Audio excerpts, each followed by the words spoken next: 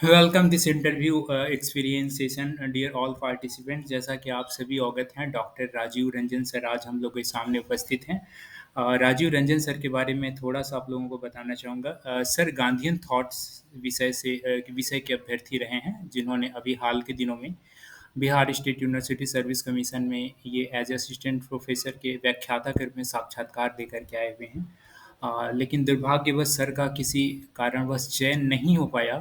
और सर को मैं जब इंटरव्यू एक्सपीरियंस साझा करने के लिए बुला रहा था, तो उन्होंने कहा कि मैं तो फेल हो गया हूँ, लेकिन क्या आप लोग फिर भी मुझसे एक्सपीरियंस जानना चाहेंगे। मैंने कहा था बिल्कुल सर।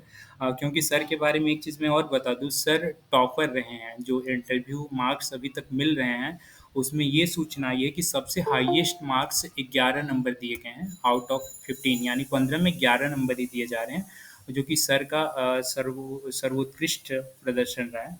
इससे पहले क्या कहा जाए, कई बार होता है ना कि जीवन बड़ा कठिन होता है, जीवन बड़ी कठिन परीक्षा लेती है। और कहीं न कहीं सर के साथ भी कुछ ऐसा ही हुआ है। सर ने एक central university Karnataka, central university Gujarat, इसके बाद वर्धा में, इससे पहले बीपीएससी वाले में भी इंटरव्यू दिया था। लेकिन बहुत बारीक कहीं पॉइंट से, कहीं कुछ से चूक गए थे। और यहाँ पे क्या ही कहा जाए, अगर इंटरव्यू बोर्ड की बात की जाए, तो इंटरव्यू बोर्ड ने तो सर को फुल मार्क्स के साथ रिकमेंड किया था, चूँकि हाईएस्ट मार्क्स 11 ही दिए जा रहे हैं। और फुल मार्क्स के साथ सर को रिकमेंड किया था, लेकिन बस वही दुर्भाग्य है। उन्हीं दुर्भाग्यों पर और सभी चीज़ों पर हम सब बात करेंगे अभी ये राजीव रंजन सर के साथ, कि कहाँ चूक रह गई थी वगैरह वगैरह। तो welcome this interview experience session Rajiv sir. सबसे पहले आपका स्वागत है सर, और हम सभी ये जानना चाहेंगे सर आपका। Thank you sir. जी हाँ, अपने स्तर से सर आप कुछ एक्सप्लेन करें, क्या आपका इंटरव्यू एक्सपीरियंस रहा, कैसे कैसे वहाँ पर कितने मेंबर थे, आपने कितनी देर तक आपका साक्षात्कार चला, और आपके संग जो अन्य कलीग थे जो आपके इंटरव्यू दे रहे अभ्यर्थी थे, उनका कितनी देर तक साक्षात्कार चला, वगैरह वगैरह। आप अपने स्तर से बातें रखें, इसके बाद जो हम लोगों को समझ आती है उसके अकॉर्डिंग हम लोग अपने प्रश्न रखेंगे। जहाँ तक इंटरव्यू का सवाल है, तो मेरी इंटरव्यू 15 दिसंबर 2021 को हुई। इसके पहले भी मैं कई इंटरव्यू दिया हूँ। ये मेरा 10वां इंटरव्यू था। अभी और 2-3 बाकी। पता नहीं है होगा कि नहीं होगा। खैर उतना टेंशन लेने की जरूरत नहीं है। इंटरव्यू में देखिए एक टेंशन रहती है कि हमसे क्या क्वेश्चन पूछेंगे, नहीं पूछेंगे, कितने मेंबर होंगे अंदर में। तो बहुत सारा आप लोग के मन में भी चल रहा है।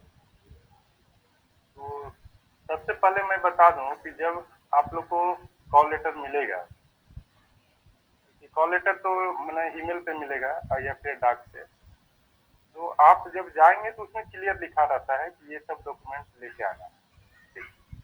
हम लोग जो है 6 कैंडिडेट जो है शॉर्टलिस्ट हुए। 6 कैंडिडेट में एक कैंडिडेट नहीं आया, बचे 5। 5 में जो है एक ने कोई डॉक्यूमेंट लेके नहीं गया था ओरिजिनल, उसको इंटरव्यू नहीं लिया। फिर जो है 4 बचे हैं। अब 4 इतना करीबी मामला में 2 सीट था। और इंटरव्यू में जब मैं गया, तो सबसे पहले वहाँ क्या है कि आपको इंटरव्यू बोर्ड में आपका नाम नहीं पूछेगा। इतना पारदर्शिता है वहाँ पे, मैंने गोपनीय भी है, पारदर्शिता भी है, कि नाम आपसे नहीं पूछेगा। सिर्फ जो चेयरपर्सन रहेंगे, आयोग के मेंबर, वही उनके पास टोटल मतलब डाटा आपका रहेगा। बाकी 3 मेंबर जो रहेंगे, 2 जो है अदर स्टेट से रहेंगे और एक जो है स्टेट। ये 3 एक्सपर्ट रहेंगे आपके सब्जेक्ट। 3 एक्सपर्ट जो है उनके पास आपका नाम की जानकारी नहीं है, ना रोल नंबर की जानकारी, कुछ भी। आपको जब आपको अंदर बुलाया जाएगा तो उससे मतलब पहले वेरिफिकेशन होने के पहले वेरिफिकेशन हो जाएगी। उसके बाद जो है आप लोग के पास एक एक जो है पेज दिया जाएगा। उस पेज में आपका जो है रोल नंबर डिकोडिंग किया रहेगा। ठीक। और जो मेधा सूची है उसके अनुसार अंदर नहीं बुलाया जाता है। डिकोडिंग में किसी का भी आगे पीछे हो सकता है। ठीक है। अब जब आप अंदर जाएंगे, तो हम यही कहेंगे कि अंदर जब जाए तो फुल कॉन्फिडेंस के साथ, कोई मैंने घबराहट नहीं होनी चाहिए। ये मान के नहीं चलना कि हमारा मैंने नहीं होगा, क्या क्या होगा, ये सब संशय नहीं होनी चाहिए। वहां पर जब जाइए फुल कॉन्फिडेंस रहिए और जैसे ही जाएंगे तो आपको सबसे पहले जो हमारे साथ हुई, अब अन्य के साथ क्या हुई पता नहीं, लेकिन जो गांधीन थाट में जो 4 बंदे गए थे, हम लोग चारों के साथ जो हुआ वो मैं बता दूं। तो चेयरपर्सन जो है आयोग के मेंबर वो बैठने के लिए बोलेंगे, ठीक है। अभिवादन वगैरह तो आप लोग करना ही है, वो बताने की जरूरत नहीं है। तो मना अभिवादन करेंगे, जब आपको बैठने बोलेंगे तभी आप बैठिएगा। चेयर के पास चले जाइएगा लेकिन खड़े रहिएगा, ठीक है। बैठने के बाद आपको धन्यवाद देना है। तो हमारे साथ हुआ कि बैठने के बाद चेयर पर्सन ने हमसे क्वेश्चन शुरू किया कि आपका ग्रेजुएशन जो है बीएससी था, फिर जो है आपने ये गार्जियन थॉट में कैसे पाला। इसलिए एक चीज देखिएगा कि जो आपका बीए में है, क्योंकि वहां पर मैट्रिक इंटर का मार्कशीट भी नहीं देखेगा, मैट्रिक का सिर्फ ओरिजिनल सर्टिफिकेट देखेगा, जिससे कि वो डेट ऑफ बर्थ जो है क्लियर कर वेरीफाई करेंगे। तो बेस इसका जो है मार्क्स देने का जो है ग्रेजुएशन है, तो ग्रेजुएशन किस हिसाब से देगा। ग्रेजुएशन में अगर डिफरेंट सब्जेक्ट है तो जरूर वो क्वेश्चन करेंगे कि आपका ये ग्रेजुएशन में है, इस मास्टर डिग्री आप। इसका मैंने जवाब दिया, जो कारण था मेरा चेंज करने का। उस पर हुई फिर जो है दूसरे मेंबर, ठीक है, सेकेंड मेंबर ने क्वेश्चन फिर जो है पीएचडी से, पीएचडी पर हमने बताया पीएचडी आप जिस सब्जेक्ट पर किए हैं उस पर जो है आप जो आपका चैप्टर है कितने पार्ट में है, और उसमें जो मैक्सिमम कोशिश कीजिएगा कि जो बुक आप अध्ययन पीएचडी के दौरान अध्ययन किए थे उसका नाम और राइटर जरूर याद रखिए। तो ये सब भी हमसे पूछा गया। फिर तीसरे मेंबर से, क्योंकि एक जो जैसे ही आप रुकेंगे आप जवाब देंगे, दूसरा फिर शुरू कर देंगे, लेकिन गैप रहता है, इतना नहीं कि हड़बड़ाहट में एक बार। दूसरी है कि जिस क्वेश्चन में आपको भूमिका देने की जरूरत है, जिससे कि कुछ इफेक्ट पड़े उन पर, प्रभाव डाल सकें आप इंटरव्यू बोर्ड पे, तभी आप भूमिका देंगे, नहीं तो सीधा एकदम जो आंसर जानते हैं वो दें, जो नहीं जानते हैं सहजता पूर्वक दें। एक बार 3 ही मेंबर रहेंगे अंदर में, एक्सपर्ट और एक चेयरपर्सन, ठीक है। और सामने आपके चेयरपर्सन रहेंगे, चेयरपर्सन और आपके बीच में डिस्टेंस सिर्फ टेबल का रहेगा। उसके बाएं तरफ फिर जो है तीनों मेंबर एक साथ खड़े बैठे रहेंगे एक साथ लाइन में, क्योंकि छोटा कमरा है वहां पे, इसलिए अगर कोई धीरे से भी बोलेंगे तो कोई दिक्कत नहीं है। बहुत लोग का होता है कि भाई जोर से नहीं बोल पा रहे हैं तो भी वो लोग सुन जाएंगे, और उधर से भी जो बोलेंगे आप आराम से छोटा कमरा है तो साउंड ज्यादा जरूरत नहीं। तो यहाँ वहां पर एक चीज ध्यान देना है, क्योंकि देखिए मेरे साथ जो हुआ है वो भी मैं शेयर कर रहा हूँ, प्लस कैसे कैसे करना है वो भी मैं बता रहा हूँ।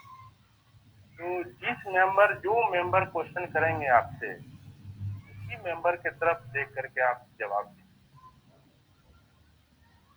ये नहीं कि मैंने जवाब जो देना है आई कांटेक्ट के साथ सीधा सीधा।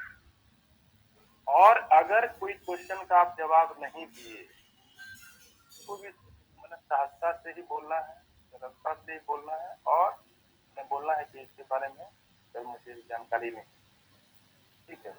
तो फिर अगर दूसरा क्वेश्चन किया उसमें भी नहीं जान पाए तो उसको भी उसी तरह से बोलना है, लेकिन डिमोरलाइज कोशिश कीजिए कि अपना धैर्य रखना है, और जितना देर आप टिक जाइएगा, अगर आप 5-6 मिनट टिक गए तो फिर आप जो है टिकते रहते, क्योंकि शुरू में सबके साथ घबराहट होती है कि क्या होगा नहीं होगा, ठीक है। हर एक मेंबर आपसे पूछेंगे, हमसे जो है चारों बोर्ड के मेंबर प्लस चारों ने क्वेश्चन बहुत डीपली क्वेश्चन भी किया। फिर हमको चेयरपर्सन ने तो गांधी और अंबेडकर पर पढ़ाया, तो गांधी अंबेडकर में क्या सरलता समानता थी, सरलता थी, और क्या दोनों में डिफरेंस, इसको रेखांकित करते हुए आप पढ़ा सकते हैं। तो मैंने पढ़ाया, वो मैं करीब हमको लगता है कि 10 मिनट पढ़ाया हुआ, तब तक वो बोलते कि ठीक है आप, हम तो जब लगता है पढ़ा लिए तब छोड़ देंगे, लेकिन फिर जो है उन्होंने क्वेश्चन अच्छा, एक चीज़ और है, जो आर्ट्स के बच्चे हैं, के साथ थोड़ा-सा क्योंकि देखिए इंटरव्यू बोर्ड जो होता है, मेंबर कैसे हैं उस पर डिपेंड करता है। अगर मेंबर जो है एजेड है पूरा, तो समझ लीजिए कि आप किसी दूसरे जनरेशन से आप लड़ रहे हैं, ठीक है? उस जनरेशन के अनुसार आपको जवाब देना है और थोड़ा कैच भी कर लेना होगा आपको कि उनका क्या मने पूछने का इरादा है, क्या ऐसा क्वेश्चन बार-बार वो क्यों कर रहे हैं, तो वो क्या जानना चाहते हैं। और महिला के लिए खास करके मैं कहूँगा कि लेडीज को टेंशन नहीं है। बोर्ड में एक चीज है कि लेडीज के प्रति जो है सॉफ्ट कॉर्नर है। दूसरा बात, आप कुछ भी नहीं बोलिएगा तो 6 नंबर आपको मिलेंगे ही मिलेंगे। मिनिमम 6 मार्क्स है, मैक्सिमम जो है 11 है। ये आपका मैंने डिफरेंट ज्यादा नहीं है, बाकी एकेडमिक उधर भी डिफरेंट ज्यादा नहीं। एक चीज है कि आर्टिकल में ही डिफरेंट वहां पर आयोग में है, तो बस सिर्फ आर्टिकल का डिफरेंट। आर्टिकल में किसी को अगर मतलब 5 में 4 दे रहा है, किसी को 3 दे रहा है, किसी को 5 भी दे रहा है, वहीं पर डिफरेंट है और कहीं डिफरेंट नहीं। इंटरव्यू एकदम बिल्कुल फेयर होगा। कोई अगर आपको कह रहा है कि पैसा चलता है, ये चलता है, तो वो गलत। दलाल बहुत घूमेंगे यूनिवर्सिटी में भी, जहाँ पढ़ा रहे होंगे या भी जहाँ कार्यरत होंगे वहां भी बोलेंगे कि अरे पैसा दे, पैसा। हम तो कहेंगे पैसा आप दीजिए नहीं। पैसा दे करके ऐसी नौकरी क्या करना है? जब रात दिन सोते, जब भी सोइएगा एक टेंशन लगेगा, पैसा दे के जाओ। इसलिए हम मतलब विशेष कह रहे हैं, जब आप पैसा ही कोई नहीं देगा तो फेयर ही होगा ना, इसका भी थोड़ा सा संशय यहाँ पर लगता है कि जो आर्टिकल है, आर्टिकल में चूंकि नोटिफिकेशन में क्लियर लिखा हुआ है, क्लियर होना चाहिए, ये यूजीसी क्लियर होना चाहिए या फिर जो है यूजीसी अप्रूव होना चाहिए जनरल। तो 3 में से जो है वो उस पर मार्क्स देना चाहिए था। और उसके बाद अगर वो आर्टिकल को पढ़ते हैं कि हम आर्टिकल को पढ़ के देंगे, जैसे रिटन एग्जाम देख करके चेक करके दिया जाता है मार्क्स, ये चीज इसको नोटिफिकेशन में लिखना चाहिए। और आयोग बार बार जो है रूल रेगुलेशन चेंज करते हैं, ये गलत। कोई भी गेम शुरू होने से पहले ही रूल बनता है, बीच में फिर रूल मतलब चेंज नहीं होता। लेकिन ये आयोग का थोड़ा सा हमको लगा, ठीक है, ये चीज है। और इंटरव्यू मेरा जहाँ तक है, मैं जो है हमारा हमारे साथ 4 साथी थे। 4 में जो है वो लोग का 5 या 15 मिनट चला इंटरव्यू, एक का 7 या 8 मिनट, 18-20 मिनट। 20 मिनट में 3 बंदे ने दिया था। हम जो है 1:25 पे एंट्री हुआ और 2:08 पे बैठा। और इंटरव्यू में जब तक आप जवाब देते रहेंगे तब तक आपका वो पूछते रहेंगे। जैसे ही देखेगा कि 1-2 किया, 3 भी किया, नहीं आ रहा है कुछ इधर से रिप्लाई, तब वो कहेंगे कि आप चले जाइए। और हमें मतलब पूर्ण विश्वास था कि 100% की मेरा जो है अपॉइंटमेंट सिलेक्शन हो ही जाएगी। इसलिए कि इंटरव्यू बोर्ड के जो तीनों मेंबर थे, मतलब बहुत मतलब वो लोग खुश थे। चेयरपर्सन भी, जो मैं जवाब दे रहा था, मुझे जरा सा भी जितना आज मैं प्रेशर में हूँ अभी इस चैनल पे, उतना उस दिन नहीं।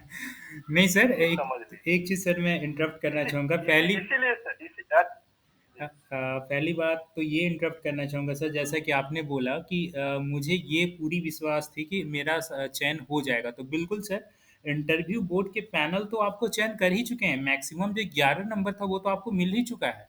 जैसा कि आपने बताया कि मिनिमम 6 नंबर इंटरव्यू में दिया जा रहा है। मेरे अन्य भी जितने व्यूअर्स जुड़े हुए हैं, चाहे यूट्यूब पे हो चाहे यहाँ प्लेटफॉर्म पे, उनको मैं बता दूं, इंटरव्यू में मैक्सिमम 11 नंबर दिया जा रहा है और मिनिमम 6 नंबर दिया जा रहा है। और सर ने एक चीज़ और बताया कि देखिए इंटरव्यू बिल्कुल ही पार्शियल हो रहा है, इसमें कोई डाउट नहीं है कि आपको किसी तरह का उसमें कोई चीज़ पैसे वैसे की बात है। इवन सर से मेरी पहले बात हुई थी तो बता रहे थे कि जो एक्सपर्ट आ रहे हैं, जिस होटल में वो रुक रहे हैं, उनको भी नहीं पता है कि मेरे बगल वाले हाँ, उनको भी पता है उनको बिल कमरे में कौन है नहीं है। वो एकदम जस्ट वहीं पर वो मिलते हैं, इंटरव्यू बोर्ड में ही जाकर के वो तीनों मेंबर मिलते हैं बिल्कुल एकदम। वो भी मेंबर के साथ, वहां पर कोई डिस्कशन भी नहीं कर सकते। बिल्कुल बिल्कुल। और सर ने एक और इतना मार्केबल पारदर्शिता है। जी हाँ, पारदर्शिता के बारे में सर ने बताया और एक और मार्केबल चीज़ कही कि जैसा कि 3 एक्सपर्ट थे और 1 आयोग के अध्यक्ष थे, यानी टोटल 4 मेंबर थे जो कि सर के इंटरव्यू में। और सर ने जैसा कि टाइमिंग के बारे में बताया कि टाइमिंग भरपूर दिया जा रहा था, जब तक आप बोल रहे हैं तब तक आपको पर्याप्त समय दिया जा रहा है। महिला के संग थोड़ा लिबरल बर्ताव किया जा रहा है, आप अगर फीमेल हैं तो आप थोड़ा आश्वस्त रहिए, आपके संग थोड़ा लिबरल बर्ताव किया जाएगा। एकदम से बिल एकदम पूरा लिबरल रहेगा। और महिला को एक चीज और कहेंगे कि आप लोग जब भी इंटरव्यू में जाएं तो कुछ भी पहनते हो लेकिन साड़ी में जाइएगा। साड़ी पहन के जाइएगा। एक जो है मैंने लगेगा कि नहीं ये भारतीय नारी है, ऐसा ना लगे कि फॉरनर हो। ये बिल्कुल। चीज ध्यान रखिएगा आप लोग। बिल्कुल, यहाँ पे मेरे बहुत सारे फीमेल दर्शक अभ्यर्थी जुड़ी हैं, वो सभी सुन रही होंगी। और सर ने एक चीज़ और बताया सर आपने इंटरव्यू कितने देर तक आपका साक्षात्कार चला था? तो बताया तो मैंने 8 मिनट इधर और उधर जो है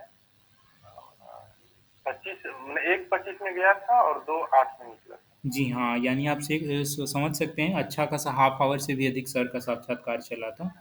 और सर एक चीज़ जैसा कि सर ने बताया कि जो नंबर आपके घट बढ़ रहे हैं, वो रिसर्च पेपर में ही कुछ कमी अधिक हो रही हाँ, है। बस सिर्फ वहीं पर है और कहीं नहीं। जी हाँ। रिसर्च पेपर में ही है। और मैंने आपको इंटरव्यू बोर्ड का अंदर का सारी बात मैंने बता दी। हाँ, मैं इंटरव्यू बोर्ड के ही दिन मैं गया, उसके बाद फिर एक बार और गया था क्योंकि हमने वहाँ पर एप्लीकेशन दिया कि हमारे साथ ये हुई है। कि हमारे साथ जो हुई है वो भी मैं बता दूंगा आप लोग को। कि हमारी जो है करीब 19 प्लस जो है आर्टिकल 36 एक बुक भी जो है प्रकाशित हो रही है छत्तीसगढ़ से। तो इन्वायरमेंट पे क्योंकि मेरा गांधी और इन्वायरमेंट जो है ये मेरा रिसर्च। और मैं जिस सब्जेक्ट से हूँ मेरे मेरा सब्जेक्ट में बहुत लोग जानते ही नहीं कि क्या है। ठीक है, थोड़ा बताएंगे तो इससे और फायदा मिलेगा आप लोगों को, खास करके आपसे सारे लोग को फायदा होगा। कि हमारा जो 16 पेपर है उसमें मैं पढ़ता हूँ economical thought of Mahatma Gandhi, sociological thought of Mahatma Gandhi, दर्शन पढ़ता हूँ, हिस्ट्री पढ़ता हूँ, पॉलिटिकल साइंस पढ़ता हूँ। आज के जितने सब्जेक्ट है लगभग मैं पढ़ता हूँ। ठीक है, तो हमारा कोई सिलेबस नहीं है और हमारा क्वेश्चन कुछ भी वो कर सकता है। आप लोग का तो कम से कम सिलेबस है।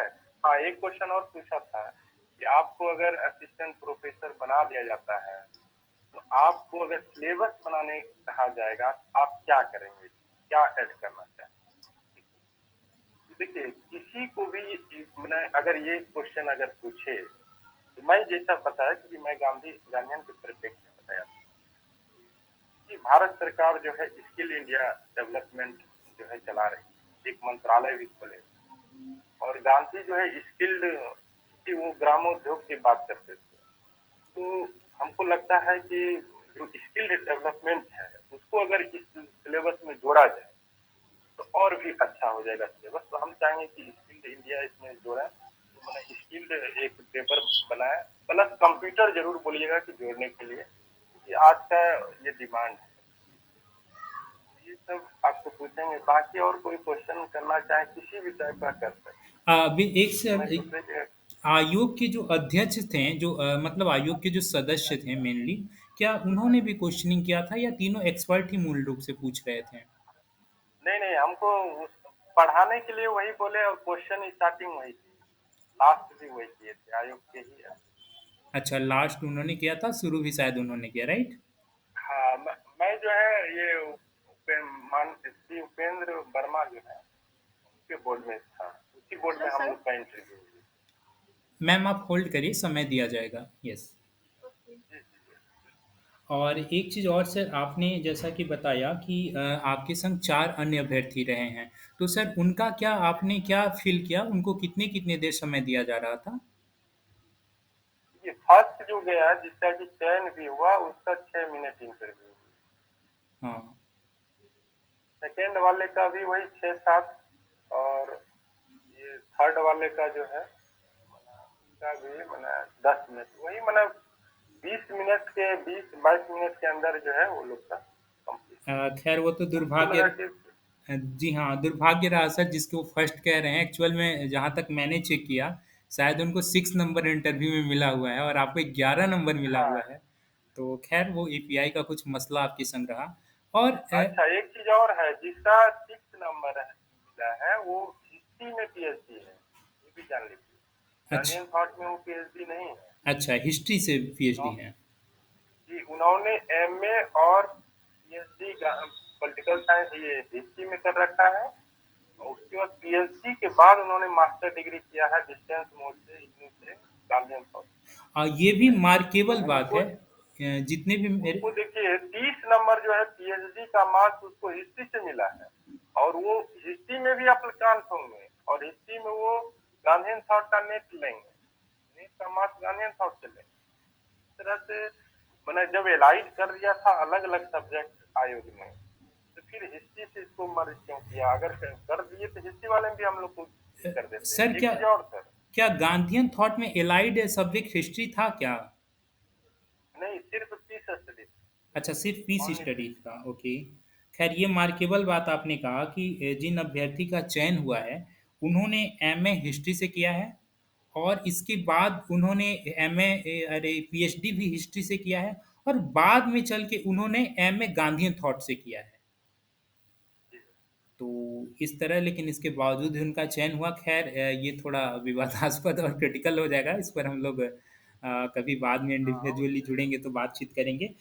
सर एक चीज़ और जानना चाहेंगे, जैसा कि आपने बताया कि अवार्ड के संबंध में, जैसा कि सर के बारे में मैं बता दूं, सर को चीफ जस्टिस ऑफ इंडिया द्वारा भी अवार्ड मिला है और भी एक रिकॉग्नाइज्ड संस्था है जिसके द्वारा अवार्ड मिला है।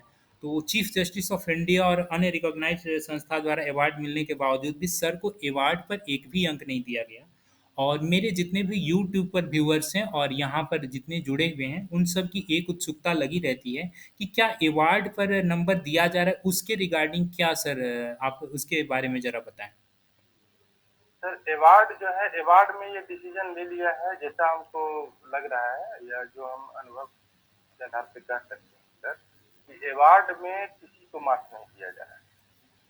तो अवार्ड में जब आप जो है भारत सरकार से कोई अवार्ड मिला है और तभी आपको मिलेगा, या फिर बिहार सरकार से मिला हो, या किसी स्टेट के मतलब गवर्नमेंट से मिला हो तभी मिलेगा। और अगर एनजीओ से या किसी रजिस्टर्ड, जैसे हमको यूएनओ से रजिस्टर्ड है, और वो संस्था 12 देश में चलती है, यूएनओ यू वहां से हमको यूएनओ, अच्छा अच्छा, यूनाइटेड नेशन ऑफ ऑर्गेनाइजेशन, बताइए यूएनओ। वहां से अवार्ड मिली हुई है, यूएनओ से मिली है। और उसका अवार्ड जो है KJ Balakrishnan, chief justice of India, उनके हाथ से उस अवार्ड को भी उन्होंने, जब वो नहीं किया तो समझ लीजिए कि अवार्ड जो है वो किसी को। बिल्कुल, एक्चुअली विज्ञापन में लिखा हुआ था राजकीय स्तर और राष्ट्रीय स्तर, तो हम ऐसा कह सकते हैं जब सर को यूएनओ द्वारा, United Nation Organization, chief justice of India द्वारा अवार्ड मिला और उस पर उनको कोई बेनिफिट नहीं दिया गया, तो मैं कह सकता हूँ ऐसा, मतलब ये एक हाइपोथेसिस है दोस्तों, लेकिन ऐसा कहा जा सकता है कि ये कहीं न कहीं ऐसे अवार्ड जिसमें कि एक राष्ट्रीय स्तर पे, जैसे हम कह सकते हैं पद्म विभूषण, पद्मश्री, या फिर अगर यूपी जी लेवल की बात करें तो यश भारती अवार्ड जो कि सर्वश्रेष्ठ है, तो इस तरह के कुछ अवार्ड अगर हैं तो उसे कहीं न कहीं कंसीडर किया जा रहा है। अभी लग रहा है सर। हाँ। जी हाँ, नहीं, एक चीज हम और देख रहे थे, जी हाँ। ये देखिए, ये है फैकल्टी ऑफ एजुकेशन, ठीक है, यूनिवर्सिटी ऑफ पटना। जी हाँ। ये जो है आयोग का तिथि है 19/10/2020 का। हुँ। बिहार के सभी यूनिवर्सिटी से इन्होंने पूछा है कि आपके यहाँ कौन सी पत्रिका वैलिड है, कौन सा अवार्ड वैलिड है, और उस पत्रिका में मैंने जो इसका रेफरेंस करके इन्होंने जवाब दिया है हर एक यूनिवर्सिटी में। हमारे पास 3 यूनिवर्सिटी की है, जिसमें कि हमारा फर्स्ट जो भेजा है ये अवार्ड का है, फर्स्ट में ही मेरा नाम, मैंने अवार्ड का नाम का है कि इसको वैलिड माना। फिर जो सर, है सर यह, मैं एक चीज़ आपको रोकना चाहूँगा ज़रा, मैं जैसा अभ्यर्थी हूँ आपको बता दूँ, सर को जो अवार्ड या फिर जो रिसर्च पेपर में नंबर काटा गया है, एक्चुअल में हुआ क्या कि नियुक्ति प्रक्रिया जब आरंभ हुई तो सभी विश्वविद्यालयों से एक लेटर मंगाया गया था कि आपने किस-किस मैगज़ीन को या रिसर्च पेपर को आपने कंसीडर कर रहे हैं आप विश्वविद्यालय स्तर पे या फिर अवार्ड को। तो प्रत्येक विश्वविद्यालय ने अपने स्तर पे अवार्ड और रिसर्च पेपर के ये लिस्ट उनको भेजे थे। सर का कहना है कि उस लिस्ट में सर का भी रिसर्च पेपर है बट उस रिसर्च पेपर को कंसीडर नहीं किया गया है। तो इस पर मैं एक अलग से वीडियो बना दूंगा क्योंकि सर अभी जो दिखा रहे हैं वो आप व्यूअर्स देख नहीं पाएंगे। तो उस लिस्ट के आधार पर और सर का कैसे रिजेक्ट किया है उस चीज़ को मैं मार्किंग करके आपके सामने स्पष्ट रूप से रखूंगा। कि क्योंकि ये एक डबल स्टैंडर्ड तरह की बात हो गई कि ये एक तरफ से विश्वविद्यालय से आप लिस्ट मंगा रहे हैं और उस लिस्ट के आधार पे जिस अभ्यर्थी का रिसर्च पेपर है या आर्टिकल है आप उसको फिर रिजेक्ट कर रहे हैं, फिर आप विश्वविद्यालय से वो चीज़ें क्यों मंगाएं। तो इस पर एक अलग से वीडियो मैं रखूंगा रेफरेंस के साथ ताकि आप दर्शकों को स्पष्ट रूप से चीज़ें समझ आ पाएँ। जी हाँ। मेरे अन्य जितने भी साथीगण जुड़े हुए हैं, अगर आप सर से इंटरव्यू संबंधित कुछ उनके अनुभव या कुछ ऐसी चीज़ें जो आपको लग रहा है कि आपके मन में कोई उत्सुकता है, तो आप अपने प्रश्न रख सकते हैं बारी-बारी। 1 मिनट पहले मैं कमेंट सेक्शन में देख लेता हूँ, किन्होंने हैंड रेज़ किया है, तो पहले उन्हें मैं अवसर देता हूँ। 1 मिनट। जी नहीं। जी हाँ, बारी-बारी करके अपने प्रश्न रखिए। कौन आ रहे हैं पहले? एनीवन? अगर सर से कोई अपने प्रश्न रखना चाह रहे हैं इंटरव्यू संबंधित उनके एक्सपीरियंस को लेकर के तो आप अपने प्रश्न रख सकते हैं। सर मेरा एक क्वेश्चन है। जी हाँ, स्मिता तिवारी मैम बोला जाए। हाँ हाँ, नमस्कार सर। दो क्वेश्चन है एक्चुअली कि ये जो आर्टिकल्स हैं तो ये विश्वविद्यालय का क्या है? ये तो यूजीसी केयर पीयर रिव्यूड, ये तो पहले से ही साइट्स पे उपलब्ध हैं और उसको देख करके होना है। अपने मन से किसी को रिजेक्ट किया, किसी को अपनाया, ऐसा तो नहीं होना चाहिए। मैम। और दूसरा क्वेश्चन मेरा ये है कि क्या वो लोग आर्टिकल पढ़ने के लिए के बाद मार्क्स देते हैं क्या? जैसे आपने कहा कि आर्टिकल पढ़ने के बाद देते हैं या कुछ ऐसा कुछ है मार्क्स? ओके। मैम, अभी तो आपके प्रश्न पे आने से पहले मैम मैं एक चीज़ सर मैं भूल गया था। जैसे कि आपने इंटरव्यू में बताया कि आपको रिसर्च थीसिस से रिलेटेड पूछा गया था। क्या सर आपके रिसर्च पेपर से भी संबंधित कुछ प्रश्न पूछे गए थे क्या साक्षात्कार में? नहीं, उससे कुछ अच्छा। आर्टिकल से संबंधित कोई क्वेश्चन नहीं। Okay, okay, okay. Smita ma'am जैसा कि आपने प्रश्न किया कि वो नोन है कि पीयर रिव्यूड का जो लिस्ट है और एक यूजीसी केयर का, तो जैसा कि मैं आपको बता दूँ यूजीसी केयर का लिस्ट तो आप यूजीसी की वेबसाइट पे जाकर के देख सकती हैं, ठीक है? लेकिन आप जो पीयर रिव्यूड की बात कर रही हैं उसका कहीं मेंशन नहीं है, ठीक है? कई विश्वविद्यालय अपने-अपने स्तर पे जो विश्वविद्यालय स्तर पर लिस्ट जारी मैगज़ीन को मान्यता दी गई है, उसका यूजीसी के साइट पर या अन्य जगहों पर वो मेंशन नहीं है। इस वजह से वो लोग विश्वविद्यालय से माँगे थे और जो विश्वविद्यालय से माँगे थे वो यूजीसी केयर का लिस्ट नहीं माँगे थे। यूजीसी केयर का तो पब्लिक डोमेन में है, वो यूजीसी केयर का लिस्ट भला क्यों माँगेंगे? तो वो मैं विस भी वही कह रही थी। हाँ। जी हाँ। और आप देखिए, ये 2 पत्रिका 2 जर्नल है मेरी, दोनों सेम है। दोनों जो है 2017 का पब्लिश है। एक को पीरियड माना है, एक को नहीं माना। इसमें इसको भी एक को पीरियड माना है, एक को नहीं माना है। Same same journal. इस पर मैं स्पष्ट इस रूप से तरह वीडियो से बनाऊँगा सर। इस चीज़ को जो आपके संग एक तरह से क्या ही कहा जाए, इस चीज़ को मैं स्पष्ट रूप से वीडियो बनाऊँगा, कैसे विश्वविद्यालय स्तर से माँग करके इसके बावजूद भी आपको रिजेक्ट किया गया। जी हाँ। अन्य कोई अभ्यर्थी जो अपना प्रश्न रखना चाहें सर से पूछ सकते हैं।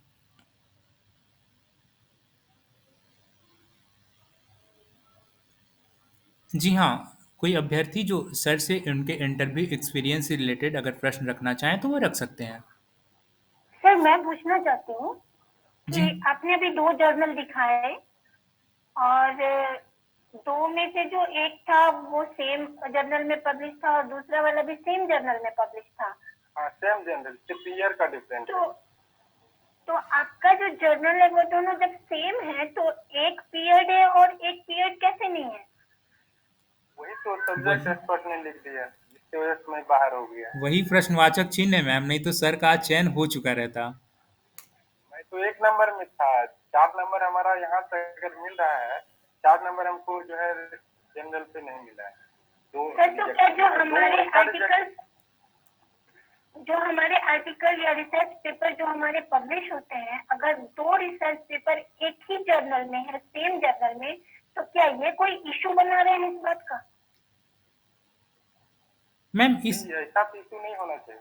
ऐसा इशू नहीं होना चाहिए। और दूसरी बात सर, अपने आधार पे पूरे सिनारियो को जनरलाइज भी तो नहीं कर सकते ना। तो इस वजह से ये इस स्तर पे शायद सर भी नहीं स्टेटमेंट देना चाहेंगे। और वैसे यूनिवर्सिटी की तरफ से क्या लिस्ट आई है और उस लिस्ट में क्या छाटा गया है, मैं बार बार कह रहा हूँ, उससे संबंधित एक अलग से वीडियो बना दूंगा। उससे आप सभी को क्लियरिटी हो जाएगी। ये तो बहुत कंफ्यूजिंग बात हो गई है सर। हाँ, पीयर रिव्यूड को लेकर के सदा ही कंफ्यूजिंग रहती है। जैसे यूजीसी केयर का तो एक पब्लिक डोमेन में लिस्ट है, आप सभी देख सकते हैं। लेकिन अगर पीयर रिव्यूड की बात आती है तो वहाँ पर थोड़ा कंफ्यूजिंग रहता है। किसी एक ही जर्नल को किसी विश्वविद्यालय या फिर जो ऑर्गेनाइजेशन सेंट्रल यूनिवर्सिटी या स्टेट यूनिवर्सिटी जो चयन कर रहे हैं, वो कंसीडर करते हैं और कुछ कंसीडर नहीं करते हैं। ये तो सदा ही ये एक प्रश्नवाचक चिन्ह बना रहता है। और वहीं पर असली खेला हो रहा है, देख रही हैं बिहार में भी अगर देखा जाए तो सर के भी बेसिकली हमको तो लग रहा है ना कि राजीव सर का सिलेक्शन सिर्फ रिसर्च पेपर की वजह से नहीं हुआ है, और वो भी जबकि सारे इनके रिसर्च पेपर जेन्युइन है। अब तो देख ही रही हैं। अब तो जो है वो तो स्पष्ट ही, अब इस पर क्या ही कहा जाए। अब तो जो हो गया है सो घटना घटित हो गई। इस पर वैसे सर न्यायिक प्रक्रिया से अपने स्तर से लगे हुए हैं। देखिए कहाँ तक सफलता मिल पाती है। और सर के साथ हम एग्जैक्टली सर, हम यही बोलने वाले थे कि सर आपने कोई लीगल स्टेप लिया या नहीं। लिया हुआ है। उस पर अभी सर नहीं रखनी चाहेंगे अपनी बातें, वो लीगली अभी चल ठीक रही है है। Sir, okay okay sir. Quorum में वो चीज़ें चल रही हैं। सर लीगली वो चीज़ों के लिए अभी आगे हैं। और इस थैंक यू राजेश सर। जी हाँ, अन्य कोई अभ्यर्थी अगर सर से कुछ रखना चाहें तो अपने प्रश्न रख सकते हैं।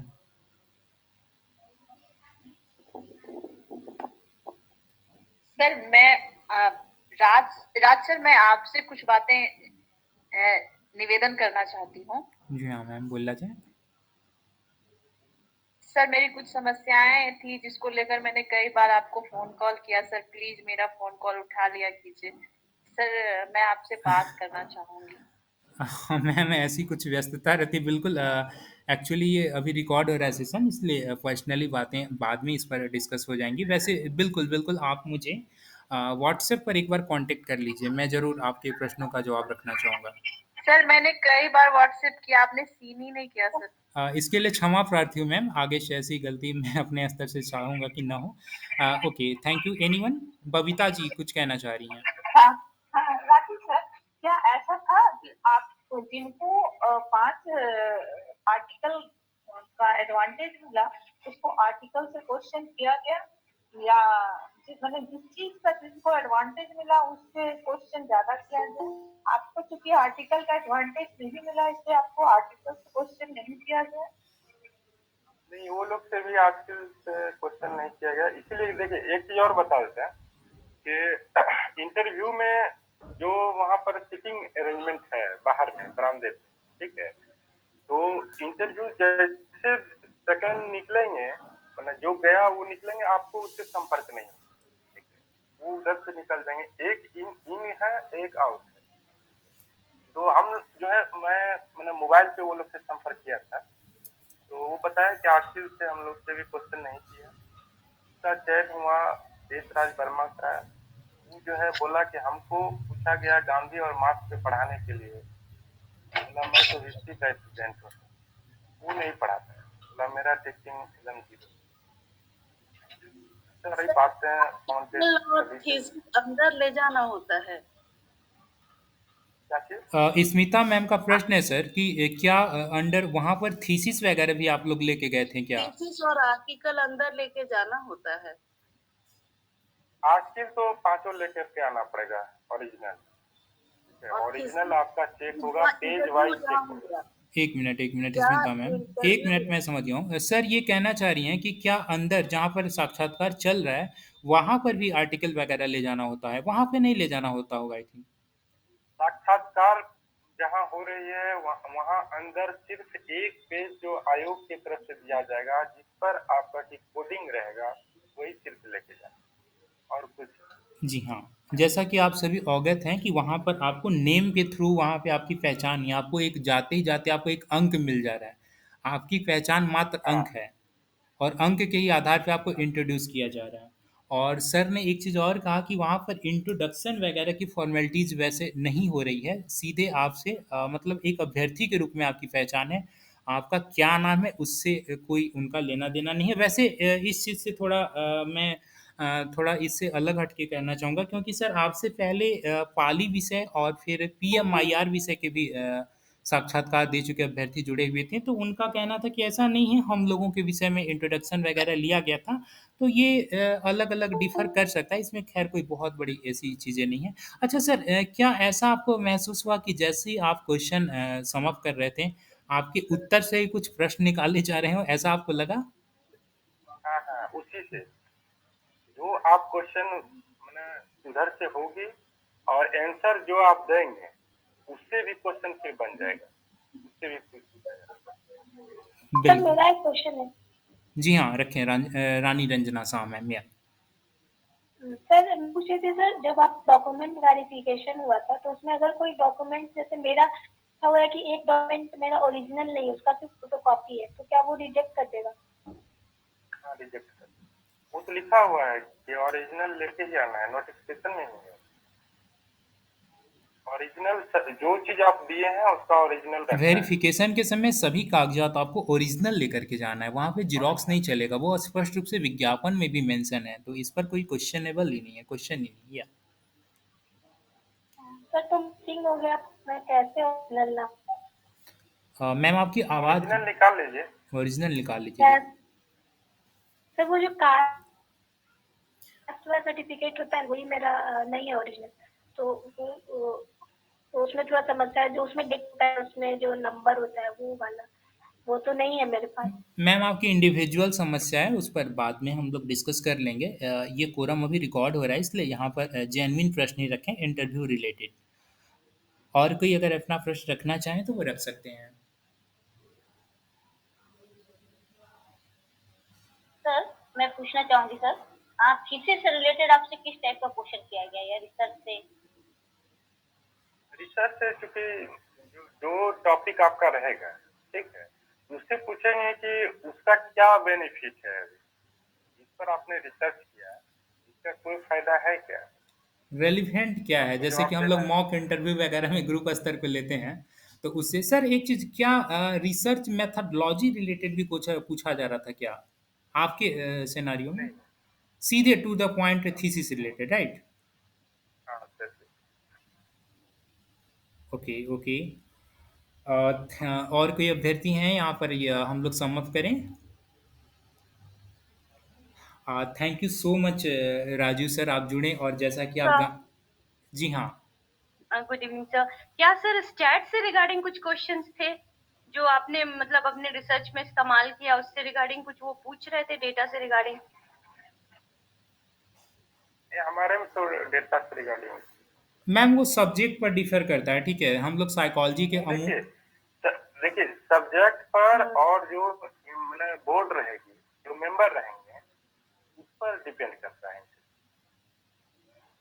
एक्चुअली है क्या सर ने कि यहाँ पर मैक्सिमम साइकोलॉजी के अभ्यर्थी जुड़े हुए हैं और साइकोलॉजी में स्टैट का प्रयोग ज़्यादा होता है रिसर्च वगैरह में, तो इन्हें सर लगा। आपकी मेंबर सारे मतलब जनरेशन गैप वाली सिचुएशन आपको लगी, तो अभी जो मेंबर्स आए हैं वो भी सब सीनियर ही हैं कि वो है हम लोगों की जनरेशन के कोई, शायद ऐसा आप कुछ? समझ नहीं पाए ma'am.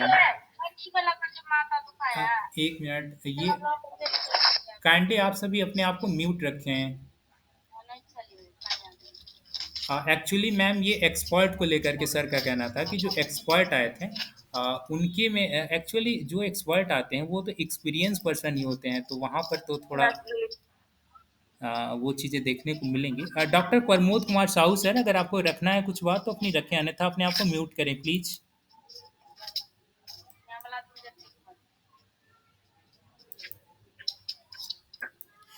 Okay. Thank you sir. Thank you so much ma'am.